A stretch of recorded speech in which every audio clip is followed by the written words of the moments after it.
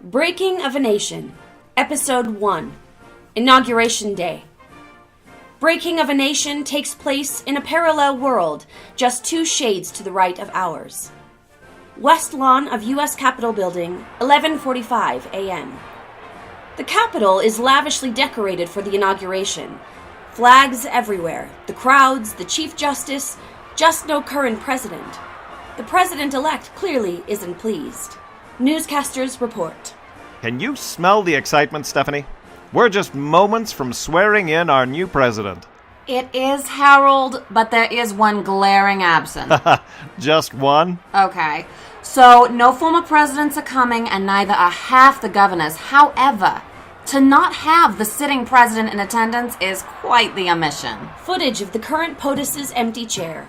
There are numerous empty seats behind hers. Stephanie, is this some kind of protest on the part of President Ortiz? The administration insists it's not, that she's just running late. What in the world could keep the current president from attending the next president's inauguration oath? Situation room. The room is awash in red light as all eyes are on the giant plasma screen, which shows a military operation in Stockholm, Sweden. Video of an apartment building across the street streams from multiple helmet cams, but no sound. President Ella Ortiz stands at the head of the table. Do we have confirmation? The general of the army frowns, listening to his earpiece. Not yet. We should have audio. Lion's Den, did you receive our transmission? Copy. No, Colonel Prosper, we just required audio. Please repeat. Over. Stockholm, Sweden. Low rent district. The 4-member rapid response team lays belly down on a rooftop, observing an apartment where several Arab men argue. Prosper looks to Corporal Lopez, who rewinds a file. Here you go. Resending now. Over. Situation room. The group watches the footage as it cues back.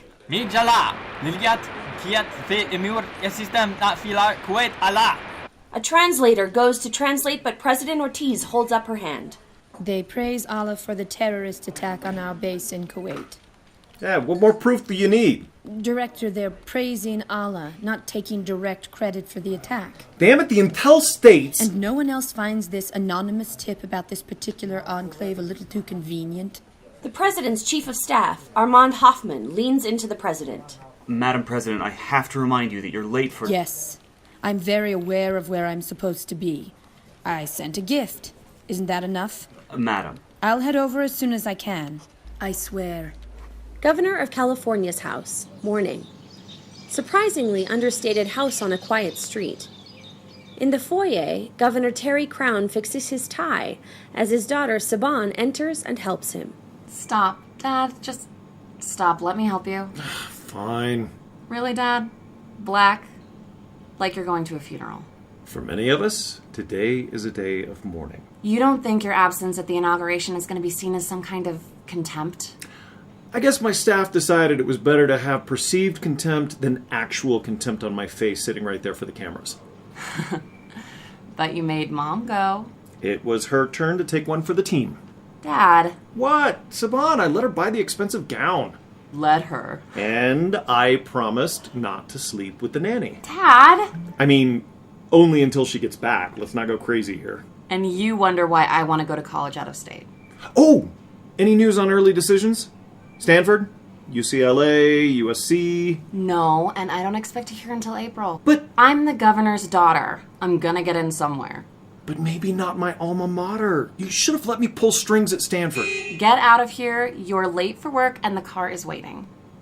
If you get in at Stanford, you'll go? We'll talk about it over dinner and try to have a decent day. You do ask a lot, my darling Saban. President-elect's seating area. Despite the crowd's roar, the president-elect, Ronald Dumpf, complains. This is an insult. Never in the history of this great nation has an outgoing president humiliated a new president like this. Never! Right? This has never happened before, right? You're right, sir. But hey, listen to the crowd. They love you. Dumpf looks out over the crowd and does seem somewhat placated, but not completely. I want her. Here. Now! I'm working on it. NATO headquarters. A disheveled Supreme Allied Commander of NATO Europe, General Anthony Scapoletti walks into the darkened tech bullpen. Only one staffer, Jeff, is on duty along with the hijab-wearing female commander of the watch, Captain Eula Marit. One would think that a benefit of being the Supreme Allied Commander would be not being roused out of bed at all hours of the night. I'm sorry, General Scapoletti, but I thought you should be aware of certain developments. Then get talking, Captain Maret. My wife expects me home in 15. As you are aware, the Russians are conducting nighttime war exercises right off the Latvian border. 2 miles off the border. No, sir. They have moved to within 100 feet of the border. What? Let me see. What are they shouting? Apparently, surrender NATO troops, surrender. Cute. That Putin really knows how to have a good time. The Latvians are taking this very seriously and have activated their local land forces. The footage shows more and more troops showing up on the Latvian side of the border. As you can see, we now have Latvian and Russian troops within the space of an American football field.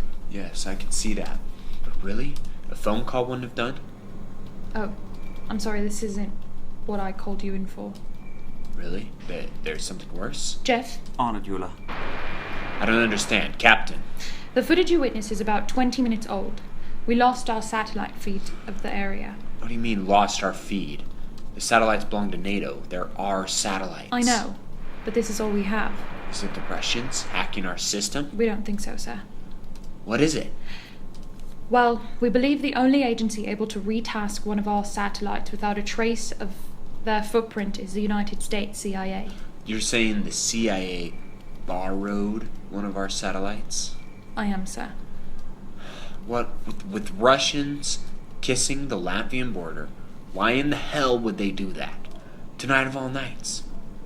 Sir, I'm not sure if you had a chance to read your evening intelligence briefing. Of course I did. Then you read the chatter about a meeting of terrorists in Stockholm. Damn it! They're supposed to inform me of any military operations running in a NATO signatory nation. What do you want me to do? Find out what in the hell is going on in Stockholm before the Swedes do. Yes, sir. I'll be in my office giving my wife the bad news if you learn anything. Yes, sir. Great, Eula. But without a satellite feed, how are we going to see into Stockholm? We're just going to have to get creative. Swearing in ceremony. The Chief Justice comes over to Prius, who texts frantically. I have no idea what's going on, but we have a constitutional duty to swear him in. This isn't a soft deadline. I know. No, son, I don't think you do. We have to start, or in exactly 4 minutes, this country will be without a president. Prius looks over at the pouting president-elect, then to the empty POTUS chair. But... No buts. Get him over here, or I'll find someone who will take the oath of office. Okay. Sir, we can't wait any longer. But the president! I know, sir, but in a few minutes, you will be POTUS, and it won't matter who sits in that other chair. Oh.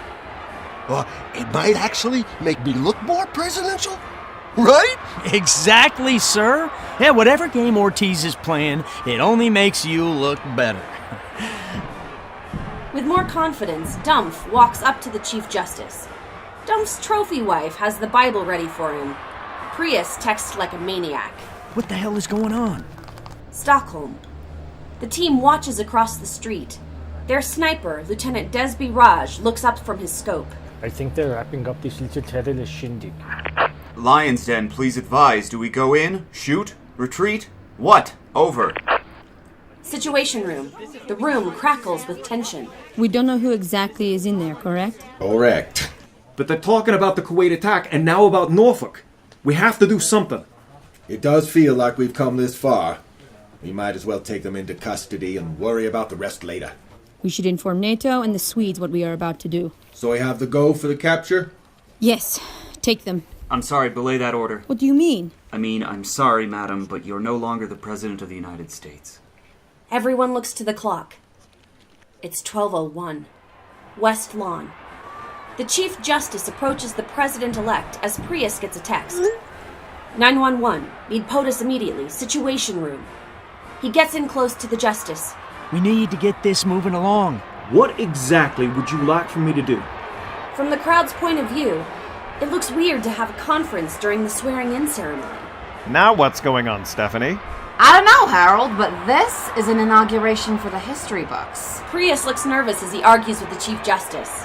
I don't know. You're the Chief Justice. Is there any fluff we can cut? Not really. Now, let me do this. Do you, Ronald Alton Dumpf, solemnly swear? Situation room. So, what do we do? Dumpf is being sworn in right now. They'll brief him in the car. Ortiz watches the screens. The terrorists are, in fact, getting ready to leave. Stockholm. I say again, do we have updated orders? Over. Hey, what the hell is going on?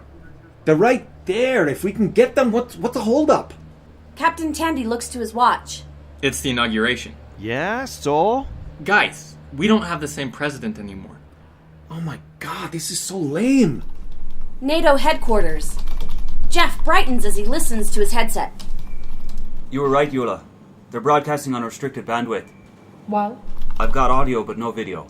let me hear it. I'm losing my window, sir. Do I have discretion? Over. Not yet. Over. If we're going to snatch them up, I need to get in position now. This was a recon mission. It'll take me a few minutes to reconfigure for a takedown. Please advise. Over. Sit tight, Prosper. Sit tight. Well, that doesn't sound good. Get the general. Swearing-in ceremony. So help you God. After another urgent text, Prius rushes Dumpf off stage. So help me, God! Congratulations, Mr. President! What's going on? I'll tell you in the car. But I'm the president, though, right? Yes, you are. Ryan rushes POTUS through the Capitol building. The Secret Service have a hard time keeping up. Weapons are drawn since no one else knows what's going on but Ryan. People scurry out of the way. Dumpf looks the most bewildered of them all. Out of the way! POTUS coming through! They reach the cars. Dumpf grabs Ryan's arm. What is so... Please, sir, now, please. But the parade! Yes, we'll throw you another one, a bigger one. I just need you to get in the car. A bigger one? Looking a little lost, Dumpf gets into the car.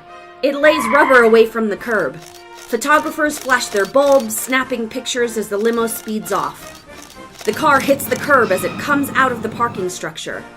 This is supposed to be a slow processional parade, so the limo has to honk and swerve around people until it exits onto Pennsylvania Avenue, West Lawn.